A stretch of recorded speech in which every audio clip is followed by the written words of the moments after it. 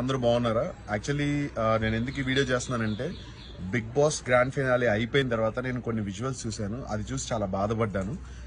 First of all మీ అందరికీ ఒక విషయం చెప్పాలనుకుంటున్నానండి. ఏంటంటే సో అమర్ కానీ, ప్రశాంత్ కానీ, నేను కానీ, లేకపోతే శివాజీ అన్న కానీ, నైని, లేకపోతే అశ్విని, వీళ్ళందరూ కూడా లోపల ఉన్న టేస్టీ తేజ, ఎవ్రీ వన్ మేమందరం కూడా చాలా చాలా క్లోజ్ ఫ్రెండ్స్.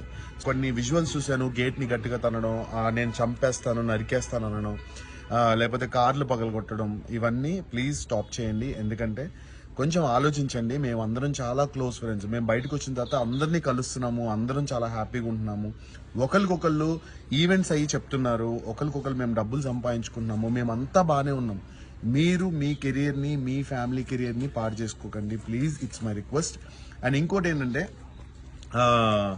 నేను అక్కడి నుంచి బయలుదేరినప్పుడు, అన్నపూర్ణ గేట్ నుంచి బయలుదేరినప్పుడు నన్ను అందరూ చాలా బాగా రిసీవ్ చేసుకున్నారు. నా కార్ అయితే ఏం డ్యామేజ్ కాలేదు, మంచిగా ఉంది, అంతా బాగానే ఉంది.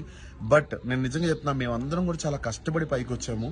నార్మల్ పొజిషన్ నుంచి మీలాగా మేము కామన్ మ్యాన్ లా ఉండి చాలా కష్టపడి అన్ని చేసి, ప్రతి ఒక్కళ్ళు, నేను ఒక్కనే కాదు, అమర్ కానీ ఎవ్రీ వన్ చాలా కష్టపడి పైకి వచ్చారు. పల్లవి ప్రశాంత్ ఇప్పుడు ఒక టాప్ పొజిషన్కి వచ్చాడు.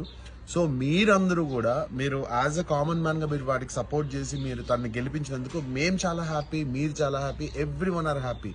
కానీ కష్టపడి సంపాదించుకున్న వాళ్ళ ప్రాపర్టీస్ లైక్ గీతు కానీ, అమర్ కార్ కానీ, లేకపోతే అశ్విని కార్ కానీ, అవి లక్షల్లోకి అవుతాయండి. అది రిపేర్ చేయించుకోవాలంటే వాళ్ళకి పాపం కదా. సో కొంచెం మీరు కూడా ఆలోచించండి. ఇది పర్సనల్ గా తీసుకోకండి. Bigg Boss is just a game. ఆ హౌస్ లో ఉన్నంత వరకే. తర్వాత బయటకు వచ్చిన తర్వాత మేమందరం చాలా క్లోజ్ ఫ్రెండ్స్ లా ఉంటాం. మీరు చూసే ఉంటారు.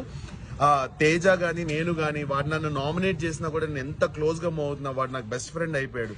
సో బయటకు వచ్చిన తర్వాత మాకు ఎటువంటి కోపాలు తాపాలు అయితే ఉండవు.